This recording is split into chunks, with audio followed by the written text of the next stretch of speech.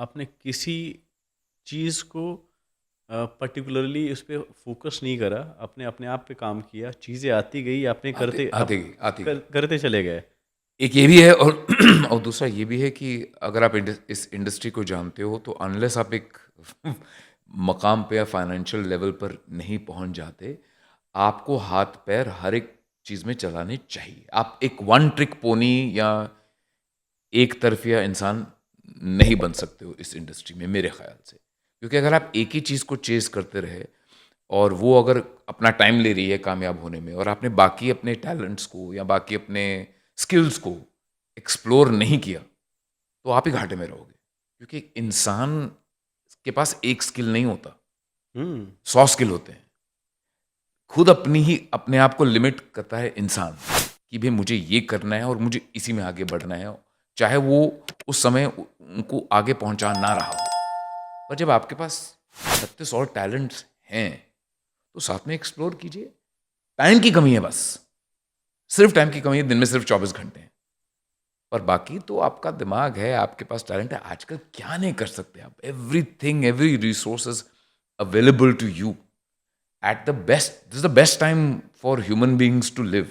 Absolutely. क्योंकि आप business भी कर सकते हो, आप सोशल मीडिया बिजनेस भी कर सकते हो, आप एक्टिंग भी कर सकते हो, आप थिएटर भी कर सकते हो, आप लिख भी सकते हो।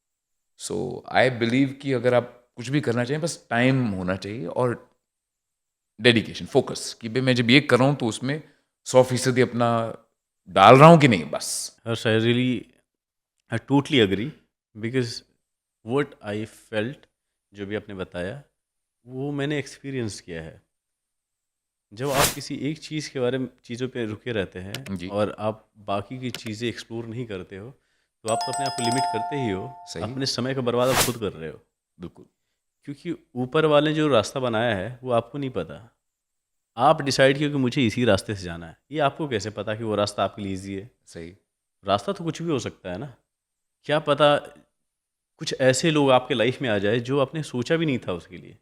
क्योंकि ज़िंदगी को आप अकेले नहीं चला रहे हैं, ऊपर वाला लोगों को भेजता है, and he is going to drive you actually, सही बात। कि किधर जाना है, कब जाना है। You just need to do your work. जो अपॉर्चुनिटीज़ आपको मिल रहे हैं आपको लाइफ में, उसको एक्सप्लोर कीजिए। सही। हम्म। और एज एन एक्टर मैं एक और बात कहूँगा, कभी कभार हमारी इंडस्ट्री खास करके बॉलीवुड पिछले कुछ सालों से आपने भी पढ़ा होगा, बुरे हाल में जा रही है। ये इस साल बॉर्डर 2 धुरंधर को लेके बहुत कामयाबी मिली है। पर 6-8 महीने आप सुनेंगे हर एक इंसान बोल रहा था कुछ नहीं है, बर्बाद हो रहा है, काम नहीं है, लोग घर में बैठे हैं। 100 चीज़ें आपने सुनी होंगी इसके बारे में, इस इंडस्ट्री के बारे में। तो जब आपको पता है कि इस इंडस्ट्री में काम मुश्किल से मिल रहा है, आपको पापड़ ज़्यादा बेलने पड़ रहे हैं, तो आपके पास 100 और स्किल हो सकते हैं।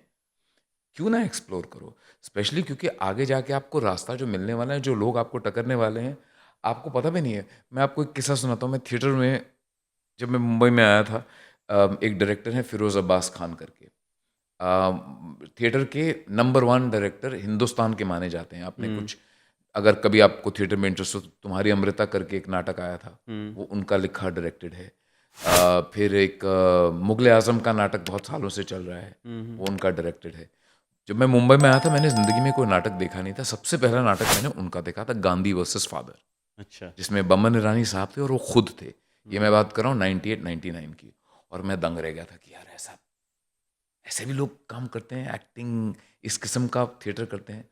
वो मेरे दिलो दिमाग में था और मैं बहुत बड़ा फ़ैन था उनका। कभी नहीं मिला था उनको, तो मैं उनको कभी मिला नहीं था। ओके। इत्तेफाकन मैंने किसी को एक ऑडिशन दिया था कुछ 3 साल पहले, किसी वेब सीरीज़ के लिए जिसमें नेहरू का रोल मुझे करना था। अच्छा, नेहरू जी का। नहीं मिला मुझे काम, अच्छा, मिला और ही नहीं। नहीं मिला। वो ऑडिशन गायब हो गया जिनको दिया था। 3 साल उनसे कभी खबर नहीं हुई। अचानक 3 साल के बाद 2022 में, हाँ 2022 में मुझे एक फ़ोन आता है कि आपका एक ऑडिशन हमने देखा है नेहरू जी का। फिरोज़ अब्बास खां साहब एक शो कर रहे हैं जिसमें नेहरू का रोल है, उनको आपका ऑडिशन पसंद है। मुझे तो याद भी नहीं था। मैंने बोला नेहरू, मैंने कभी नहीं दिया। कहते हैं उनके पास वीडियो है, आप उनसे फ़ोन पे बात करेंगे। तो फिरोज़ अब्बास खां साहब को जाके मैं मिला, NMICC में, वो जो नीता मुकेश अम्बानी कल्चरल सेंटर है, और वो नाटक हुआ। हमने कुछ 70 शोज़ किए उसमें, उसके 70 हम शोज। 70 शोज़ किए उसके। यूएसए घूमे हैं, नवंबर में शायद इस साल फिर जाने का मौका मिलेगा। उसके बाद उनका एक और नाटक है लेटर्स ऑफ सुरेश, जो कि मैंने किया है। एंड मतलब सोचो 3 साल पहले एक ऑडिशन देकर मैं भूल भी गया, कभी सोचा भी नहीं था कैसे वो ऑडिशन उनके पास पहुंचा। उन्होंने, उनके ऑफिस ने मुझे फ़ोन किया। आप क्या जानते हैं, मैं तो उस वक्त 3 साल पहले जब मैंने ऑडिशन दिया तो मायूस हो गया, गायब। कितने आपने ऑडिशन दिए हैं, कहाँ से राह निकलती है आपके हाथ में नहीं है।